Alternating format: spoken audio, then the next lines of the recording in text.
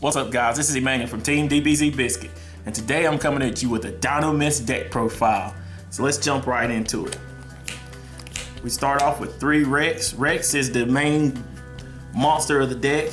He has like an ignitor type of effect where at the end of the damage step, you can tribute a Dinomist monster on your side of the field and target a card in your opponent's hand or on their side of the field and spin it back into the deck. The other effect is if you tribute a monster and they got a monster on their side of the field, you can gain an additional attack, which that's pretty bossy in my opinion. Next, we got 3 Cyteratop. This guy, if you have all Dinomist monsters on your field, minimum 1, you can special summon this card from your hand. He's another beat stick for the deck. And also we run 3 Brachion. He's pretty much like a Cyber Dragon. If your opponent controls a monster and you don't, you special summon him to the side of the field. These 2 right here work off each other really well. On both aspects, either as monsters and as pendulum scales. You pretty much get this one out, special summon this out, and you got 2 good beat sticks. Or if they're in the pendulum zones, you allow your set of pendulum scales to special summon all your monsters and protect your monsters as well. Next, we run 3 Patreon. He's like your Stratos for the deck. He allows you to, after you destroy a monster, you can search out any of your Dinomist cards and add it to your hand, which that allows you to set up your whole deck. You get your field spell, your other monsters, your spell and traps, however you want to go about it. Next, we run 3 Flipposaurus. This guy, he allows you to, for every Dinomist card you have on your side of the field, it minus your opponent's attack monster minus 100. So if you have 2 pendulum scales out and you pendulum summon 5 somehow, your opponent's monsters are going to take a pretty big power hit and allow you to be able to just trample over them. So as long as you got one of these out and you got 2 or 3 Dinomist out, your opponent's, you're usually going to be the stronger monster on the field. Your side is going to be stronger. So he's very much mandatory.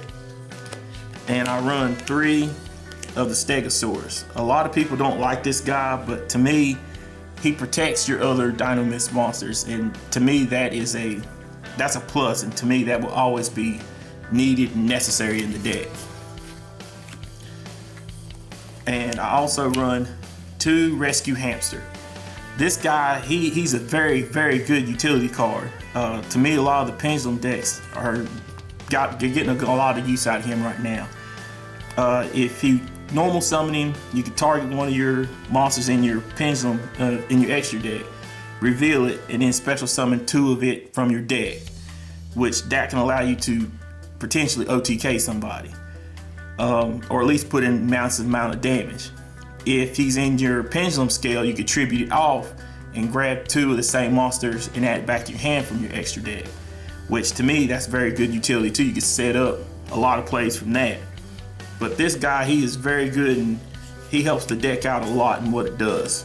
And that's it for the monsters. For the spell cards, I run 3 Upstart Goblin. It's pretty much a combo deck, so you're gonna have to search out your pieces and get what you need in order to just run over your opponent. I decided to put in 2 Morea Greed.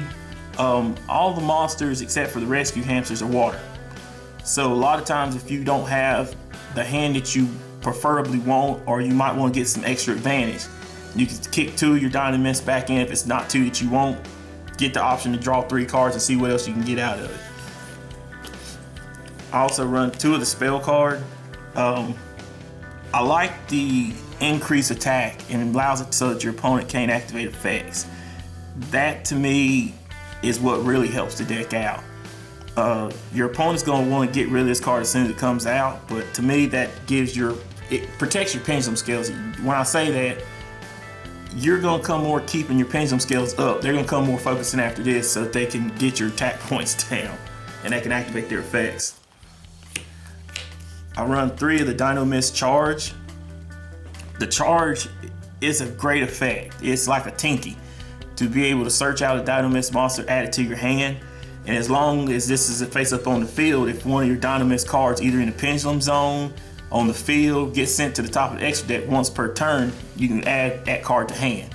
So it has a regenerative loop going. So no matter what, your monsters are staying constantly going in on your toolbox.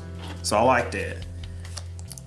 For my one-ofs, I like to run 1 Raigeki and 1 limiter removal.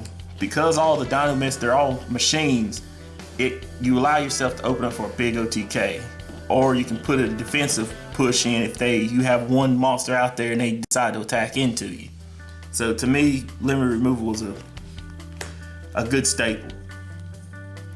I run 2 Wavering Eyes. I only run 2 because I don't want to blow up my pendulum scales.